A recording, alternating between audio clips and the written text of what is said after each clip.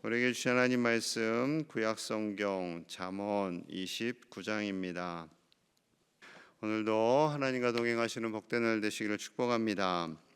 하나님의 말씀을 따르는 자들에게는 기쁨이 있습니다. 기쁨이 있어요. 하나님의 인도하심을 받고 하나님께서 우리에게 그 마음을 부어주시지요. 그래서 2절과 3절이 이러합니다. 2절 봅니다. 의인이 많아지면 백성이 즐거워하고 악인이 권세를 잡으면 백성이 탄식하느니라. 지혜를 사모하는 자는 아비를 즐겁게 하여도 창기와 사귀는 자는 재물을 잇느니라. 의인이 많아지면 백성이 즐거워하게 된다 말씀하세요.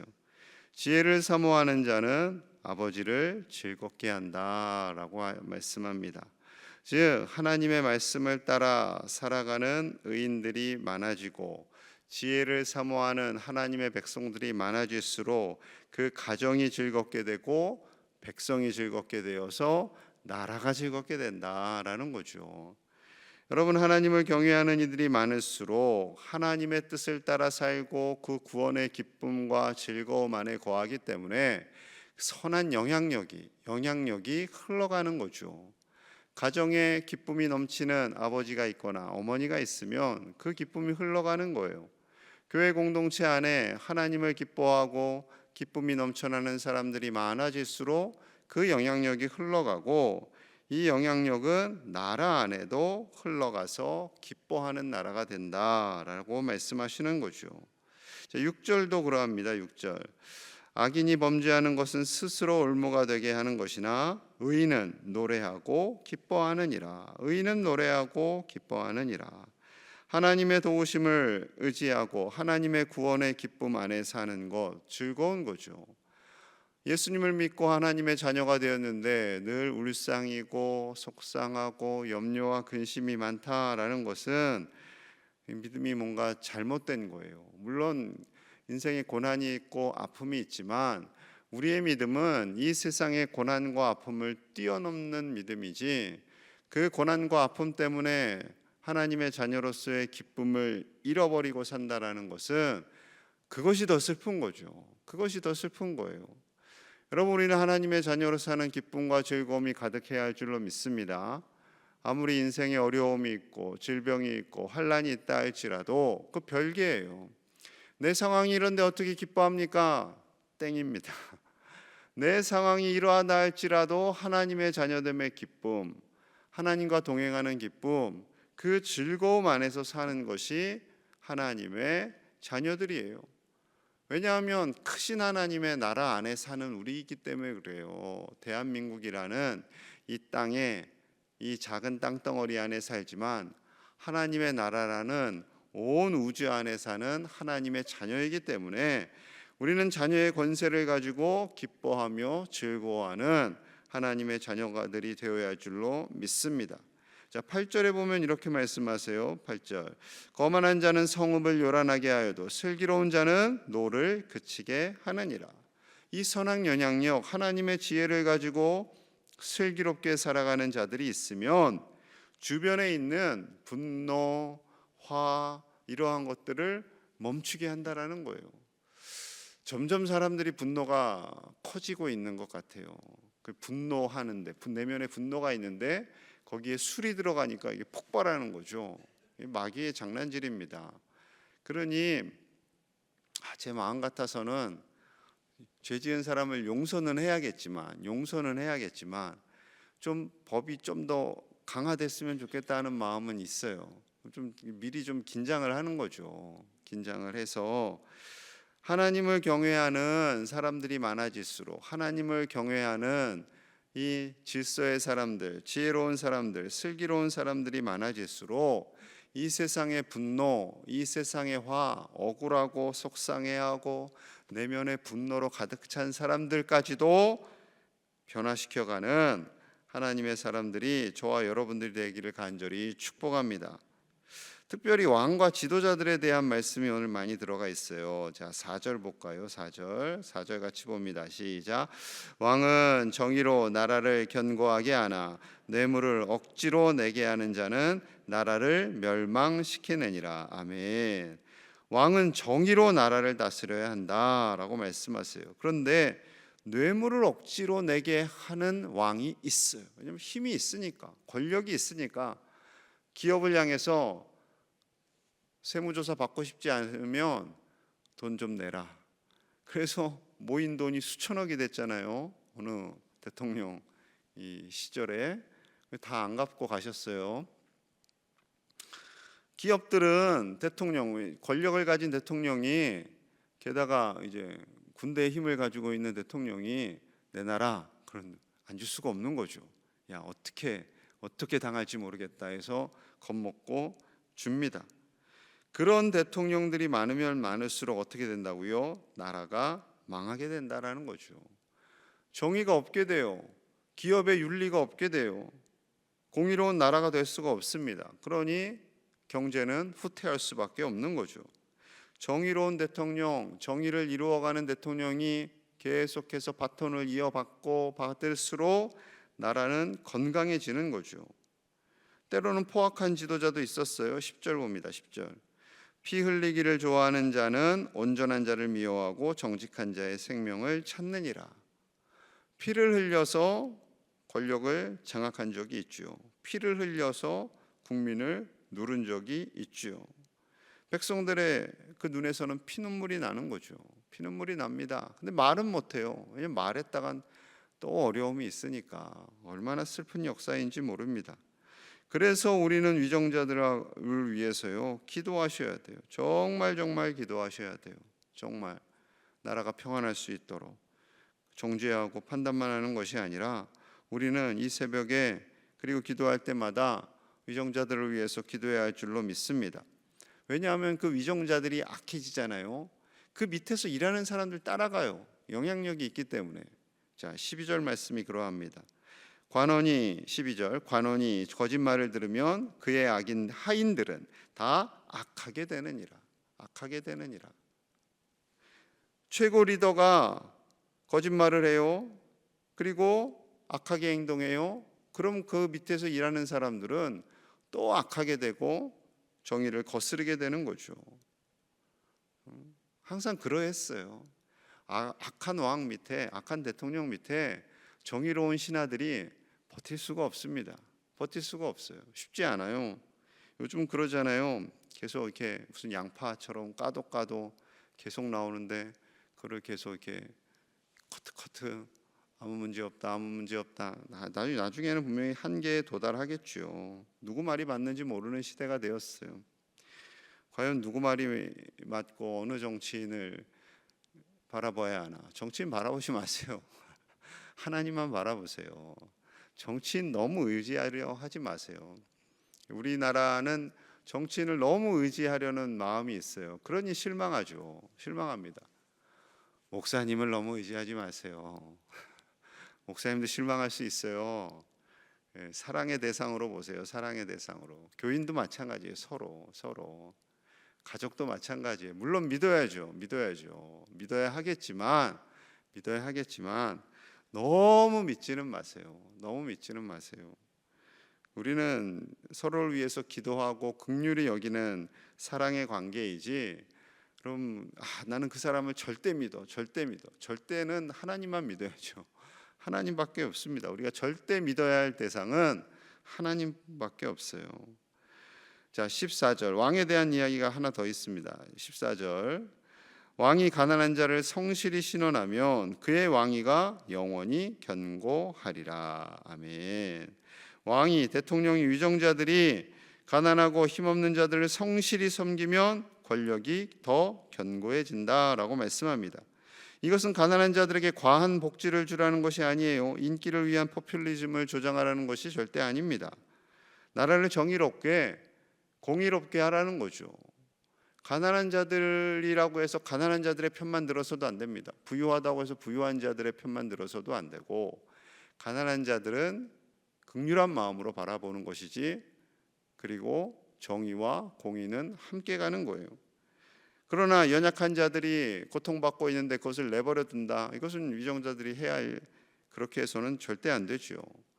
진정 우리나라가 위정자들이 깨어서 국민들의 음성을 골고루 듣고, 정말 골고루 듣고 연약한 자들을 긍휼히 여기고 하나님의 공의와 정의로 다스리도록 우리가 이 새벽에 깨어 기도해야 할 줄로 믿습니다. 우리는 살아가면서 꿈을 꾸며 살지요. 하나님 기뻐하시는 꿈, 그 비전을 가지고 살아갑니다.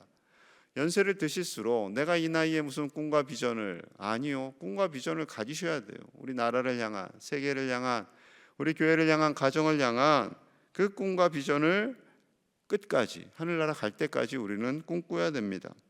자, 18절 같이 볼까요? 18절 시작. 묵시가 없으면 백성이 방자히 행하거니와 율법을 지키는 자는 복이 있느니라. 아멘. 묵시가 없으면 백성들이 방자히 행한다, 막 나간다라는 거예요. 이 묵시는 비전을 의미합니다. 비전, 하나님의 비전, 그리고 말씀을 의미하기도 하고요, 하나님 그 자체를 의미하기도 합니다. 하나님이 없으면, 하나님의 말씀이 없으면 백성들이 어떻게 된다고요? 방자히 행한다, 자기 멋대로 한다라는 거예요. 자기 소견대로 한다라는 거죠. 그러나 율법, 하나님의 말씀을 지키는 자는, 그 말씀을 따르는 자는 반드시 하나님께서 복을 주시겠다라고 약속하고 있습니다.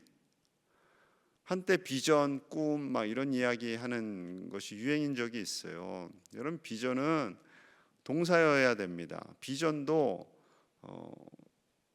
옛날에는 명사처럼, 뭐가 비전이냐? 변호사가 되는 게 비전입니다. 그럼 비전이 아니죠. 비전이 아니에요. 의사가 되는 게 비전입니다. 비전은 하나님의 꿈을 이루어가는 그 과정 속에 우리가 동참하는 거예요. 동참하는 거예요. 그러니 하나님 자체가 비전이 되어야 되고 하나님의 말씀이 비전이 되어야 하는 거죠. 여러분, 말씀이 없게 되면 어떻게 돼요? 공의와 진리가 없게 되니까 그냥 서로 다 막 나가는 거죠. 거짓말을 아무리 해도 나는 잘못이 없다.